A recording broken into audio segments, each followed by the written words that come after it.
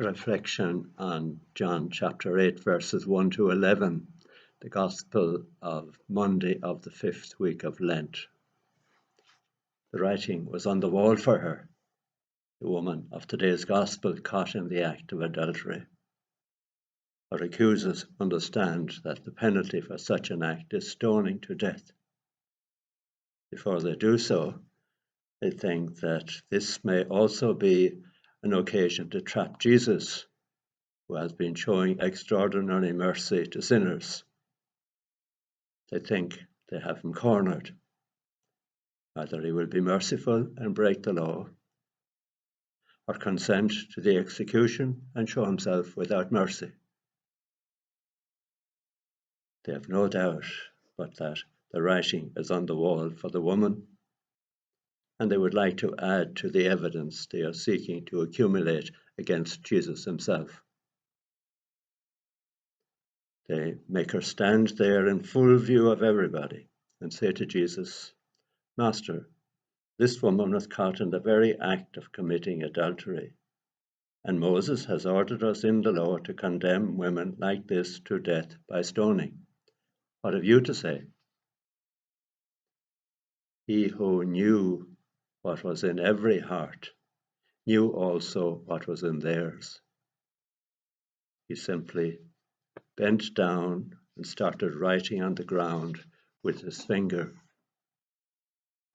Then he looked up. "If there is one of you who has not sinned, let him be the first to throw a stone at her." Then he bent down and wrote on the ground again. There was silence, broken only by the ruffle of garments as one by one they turned and walked away. Idolater, liar, drunkard, murderer, adulterer. The writing was on the ground for them.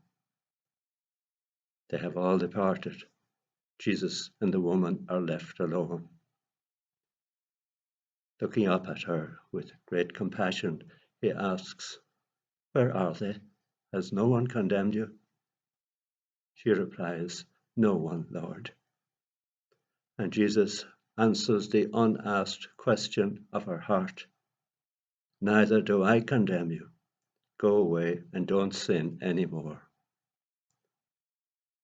And his voice, in the words of Peter Marshall, one-time chaplain to the US Senate, his voice is like a candle at twilight, like a soft angelus at the close of the day, like the singing of a bird after the storm. It is healing music for the sin-sick heart. She has looked into the eyes of Christ. She has been accused, convicted, judged, but not condemned. She has been forgiven, and now her head is up. Her eyes are shining like stars. For has not she seen the greatest miracle of all, that God is willing, for Christ's sake, to forgive sinners like you and me? We meet the same compassionate and forgiving God in the sacrament of reconciliation. In coronavirus circumstances, that may not be possible for everybody, especially those who need to self-isolate. Is there anything that can be done? Pope Francis only recently addressed this very question. He said, "Do what the Catechism says. It's very clear. If you don't find a priest to hear your confession, talk with God. He is your Father, and tell him the truth. Lord, I have done this and that and that and that. Tell your whole story. I'm sorry." And ask him for forgiveness with all your heart. With all your heart, make an act of contrition and promise him, "Afterwards, I will go to confession, but forgive me now." If you do all this, Pope Francis said, you will return to God's grace immediately.